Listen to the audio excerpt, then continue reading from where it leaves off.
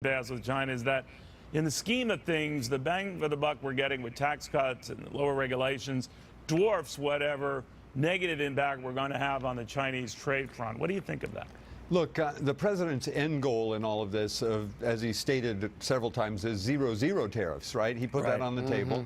That we think is excellent, and that would actually boost the growth even further, probably 4% GDP growth. But if the end state at the end of this is both sides raise tariffs rather than negotiating to zero, that's a loss. That's a definite loss for the U.S. and for China. Because you're right, Neil, and as you said at the beginning, Americans pay these tariffs, Chinese pay the tariffs their country put on, and our businesses are hurt when there's less trade back and forth. So our hope is this is really the art of the deal going on. The president's laid out the parameters of here's the negative if we don't cut a deal, and now his charm and negotiating style, he said very nice things about the Chinese president today as well.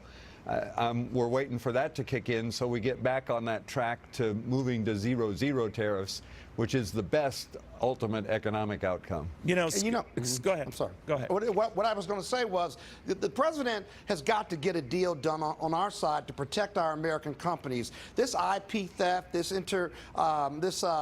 technology theft that we're experiencing under their law on an annual basis, as well as companies who want to do business in China, very oftentimes have to give up half of their company just to be there and get access to that market. And so I think the president right now is saying, listen, I'm putting this deadline in place. I'm pressing and stressing. They're in our country now negotiating because I've got to get a win on this, not just because I like a political win, but I've got to get a win for our companies who have been suffering the way they've been suffering in the past, and now is the time.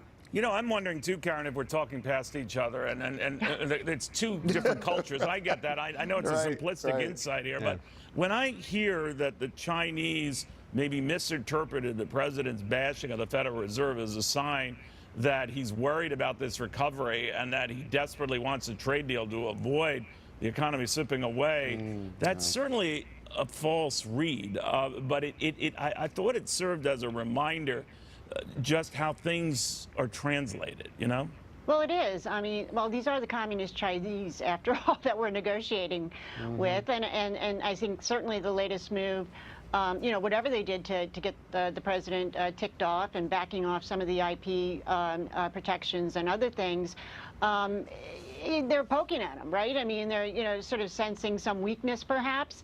Well, they clearly misplayed it, right? Well, I mean, absolutely. So, David, if they misplayed it, then, then they've got some humble pie to eat, and that's a face not saving gesture. You know, Neil, I think this almost was inevitable in some ways, both because of the mismatch on cultures, but actually I think part of Donald Trump's negotiating style is to have a point where there's a crisis of the negative if you don't do the deal.